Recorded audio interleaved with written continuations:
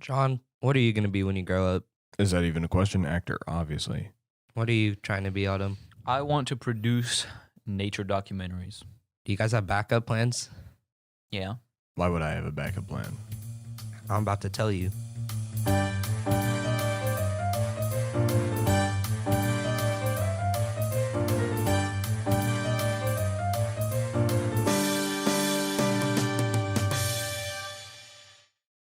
Welcome back to another episode of the Hypothetically Speaking podcast. We're in a world full of very real problems. We only discuss the ones that don't exist. Except today, that real problem is too big to ignore. I'm Pierce. I'm Autumn. And I'm John. And today we're going to be talking about a career path that we're all going into and how bad it's crumbling right now. Do you guys have any thoughts on the film industry as of what you know already? I don't know much, but you've done your research. I know you've done your research. And that's what I do. What about you, John? What are you thinking about your future right now? I say it's looking pretty bright. I mean, I'm coming off of an STN first place, so I mean, pretty stoked about that. Basically, like an award winner already. So I feel like sure this industry is kind of dangerous. Sure, a lot of people go into it, but none of those people are me. All right, so I think that this industry isn't ready for what it's about to get. Well, one, congrats on your first place win. We did very good on that. And second of all, I'm about to crush your dreams. So sorry Okay, about that. cool. We're going to first talk about the writers and actors strikes. Now, these have concluded, but the writers strike specifically lasts about 150 days. And do any of you want to take a guess on how much money was drained from California within 100 of those days? $10, More. $4.6 billion. Less. $3 billion. Yes. Suck it. $3 billion have been drained from California's economy with 100 days, with huge implications for other growing cities, such as Vancouver is one film industry. You got New York, Austin's growing, everything out in Asia and Europe. There's so many. But this resolution only helped writers and other creatives. Anyone that was on crew like me who'd probably want to go into camera operations had to spend all those 150 days with unpaid wages. I think that should scare you alone. That is scary because you would never know when that would happen. It could just be out of nowhere and you would just be out of a job for however long that the strike happens, and it's unpredictable. And I know you want to be a writer, John. Do you think you'd be a pro strike writer or an anti-strike writer? It depends on how successful I am. If I'm say I'm at a level where I've written maybe 5 big scripts, say I'm the guy that wrote all the Toy Stories and the Cars movies, right? Yeah.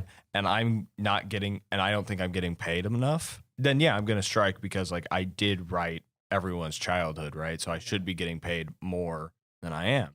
But if I wasn't, if I was just starting as a writer, I would actually be anti-strike because I know that all the writers who are yeah, you're not paying me enough, then they're out the door, and then I can be like, hey, they're gone, so you need this guy. Oh, so you're waiting to steal the spot. Yeah, so I could get a bunch of jobs writing off that, and then once the strike does actually pass, then I'm getting more money for doing the jobs I've already been doing. So I think that's kind of a win-win. Pierce, I think it's important for someone like me who hasn't read anything about the writer's strike, or perhaps somebody who's watching this or listening to this podcast who doesn't know anything about the writer's strikes. What are the writer's strikes? There's been multiple writer strikes. The most recent one, that was 150 days, was the second longest in the history of the SAG, which is the Screen Actors Guild, which is a work union that formed to combat bad culture and just bad work conditions in their industries. The current resolution didn't change much.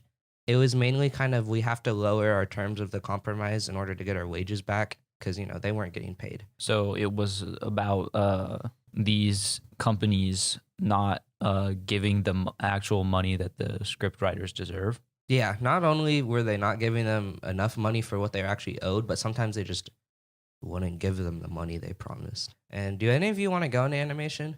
I've dabbled, but I don't know because it's really difficult because it's a medium where you have to really grind at it. I mean, Yeah. I guess writing and stuff is too, but I've tried animation. It's not easy. Yeah. And I'm just not interested personally. Also, it's kind of good that you're kind of staying away from animation because Pamela Rubin, a writer known for a lot of Pixar shorts, specifically in animation, warns that animation strikes coming up. So the whole industry just sucks. And on top of that, besides the strikes, just the overall work culture has never been that great. Not only do you have Netflix struggling to pay their workers. Cinematographer David Moravec, who's known for working on American Playhouse and other movies in the 80s, says that the film industry, quote, feels like you're being owned, and that film executives during production would determine how many hours you work, what holidays you work, and even what time you would be able and be allowed to eat during the day. Wow. Yeah. So not only, John, would you not be getting paid enough, but you wouldn't even have that much fun while working. Well, here's the thing. I get that, but for me, acting and writing, it's not like a chore. It's not like a job. It's something that I genuinely enjoy doing. It's my passion. I feel like it might actually just be my calling. Like, I'm not good at a lot of stuff, but the one thing that I, like, time and time again can do without fail is act and write. So I think that, yes, I might not be getting paid as much, but if I do both writing and acting, that's 2 salaries. So, like, come on. I think I can live off that. Yeah. And then for Autumn, trying to break into the nature documentary industry, what job would you plan to get into as you move up the chain of command? I've kind of thought about this. It's like starting low, doing jobs for PBS, cinematographers for any journalism series, any documentary. It doesn't have to be nature at first, but just getting jobs in PBS and working my way up PBS to a point where I'll feel comfortable pitching a nature documentary to the executives. Yeah. And I think that's a good idea too, just to kind of put your foot in the door and just have a job. Like, John, you're saying you'll have 2 salaries, but you never know if those salaries will be able to sustain a lifestyle on your own.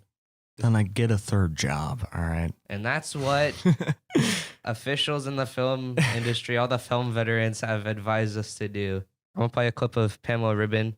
I just was always making sure to have a job. I wanted to make sure that whatever I was pursuing creatively wasn't how I relied on having a life. It's too cyclical and unpredictable.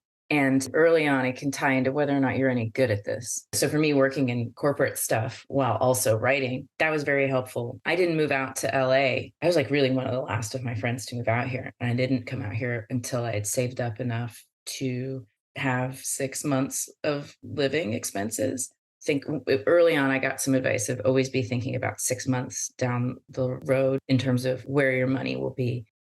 Yeah, so basically we want to take precaution, take advance, right? That's okay. Yeah, I mean, yeah, of course that makes sense. But this industry it is struggling, and that's why it needs new mind. And you're going to be the change. Always. Yeah. I'm only afraid of going into nature documentary filmmaking because there's only so many animals on the planet. Yeah, what are you going to do after you explore everything? Well, you know, people are already exploring these animals and already making documentaries about them. So the difficulty is like pitching something creative and new to the executives that hasn't already been done by some other documentary maker before me.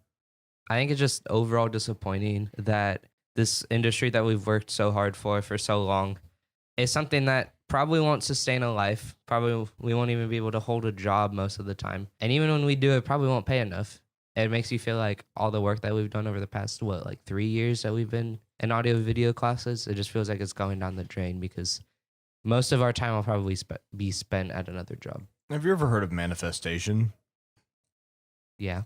You're really throwing some bad vibes into the universe. Dude. I'm just saying, dude. I just did all this research. It sounds like you makes have me... no confidence in yourself. That's the reality, though. Yeah. Okay, but reality is only as good as the person who believes in it. You can get a job, but based on the writer's strikes, you can get a job, but who's to say that they'll pay you?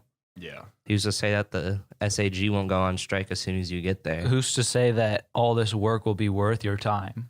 There's no way to predict it. Maybe you can get a job. Maybe you are very creative and you bring something new to the table, but who's to say that it'll be worth your time? You know what I mean? I guess so. Yeah.